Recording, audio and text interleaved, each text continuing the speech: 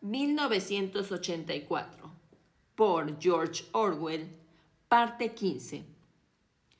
Cuando el odio terminó, volvió Winston a su cabina. Sacó del estante el diccionario de neolengua, apartó a un lado el habla-escribe, se limpió las gafas y se dedicó a su principal cometido de la mañana. El mayor placer de Winston era su trabajo. La mayor parte de este consistía en una aburrida rutina, pero también incluía labores tan difíciles e intrincadas que se perdía uno en ellas como en las profundidades de un problema de matemáticas.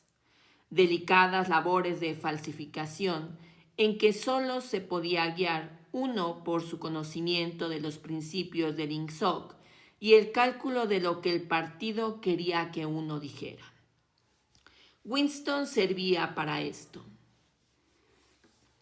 En una ocasión, le encargaron incluso la rectificación de los editoriales del Times, que estaban escritos totalmente en neolengua.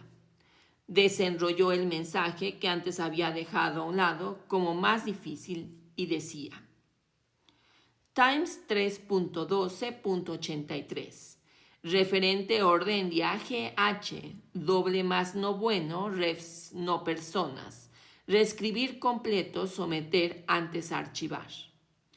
En antiguo idioma, en inglés, quedaba así.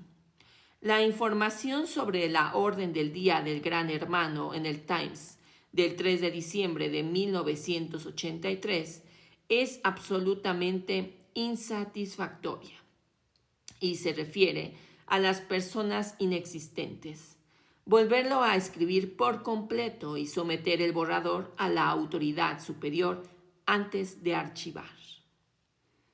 Winston leyó el artículo ofensivo. La orden del día del Gran Hermano se dedicaba a alabar el trabajo de una organización conocida por FFCC, que proporcionaba cigarrillos y otras cosas a los marineros de las fortalezas flotantes.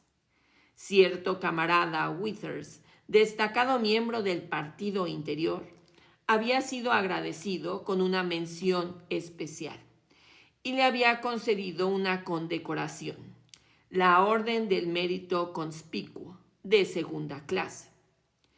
3 meses después, la FFCC había sido disuelta sin que se supiera los motivos. Podía pensarse que Withers y sus asociados habían caído en desgracia, pero no había información alguna sobre el asunto en la prensa ni en la telepantalla.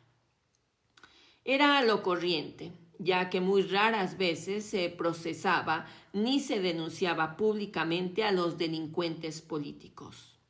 Las grandes purgas que afectaban a millares de personas con procesos públicos de traidores y criminales del pensamiento que confesaban abyectamente sus crímenes para ser luego ejecutados, constituían espectáculos especiales que se daban solo una vez cada 2 años. Lo habitual era que las personas caídas en desgracia desapareciesen sencillamente y no se volvería a oír hablar de ellas. Nunca se tenía la menor noticia de lo que pudiera haberles ocurrido. En algunos casos ni siquiera habían muerto. Aparte de sus padres, unas 30 personas conocidas por Winston habían desaparecido en una u otra ocasión. Mientras pensaban en todo esto, Winston se daba golpecitos en la nariz con un sujetador de papeles.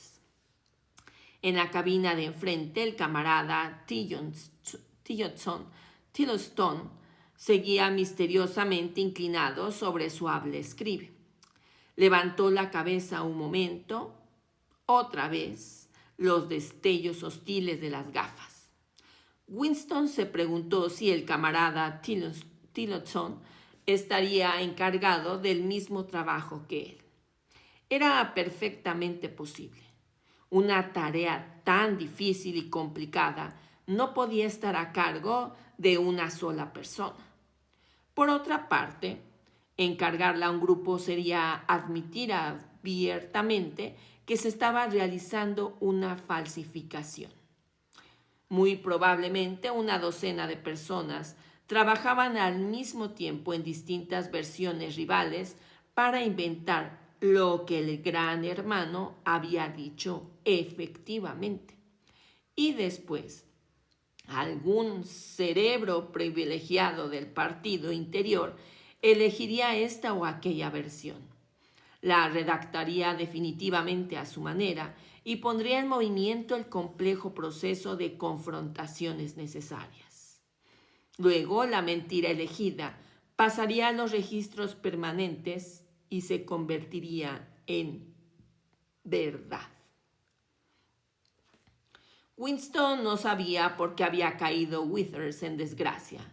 Quizá fuera por corrupción o incompetencia. O quizás el gran hermano se hubiera librado de un subordinado demasiado popular. También pudiera ser que Withers o algún relacionado con él hubiera sido acusado de tendencias heréticas. O quizás, y esto era lo más probable, hubiese ocurrido aquello sencillamente porque las purgas y las vaporizaciones eran parte necesaria de la mecánica gubernamental. El único indicio real era el contenido en las palabras refs no personas, con lo que se indicaba que Withers estaba ya muerto. Pero no siempre se podía presumir que un individuo hubiera muerto por el hecho de haber desaparecido. A veces los soltaba y los dejaba en libertad durante 1 o 2 años antes de ser ejecutados. De vez en cuando, algún individuo a quien se creía muerto desde hacía mucho tiempo reaparecía como un fantasma en algún proceso sensacional donde comprometía a centenares de otras personas con sus testimonios antes de desaparecer, esta vez para siempre.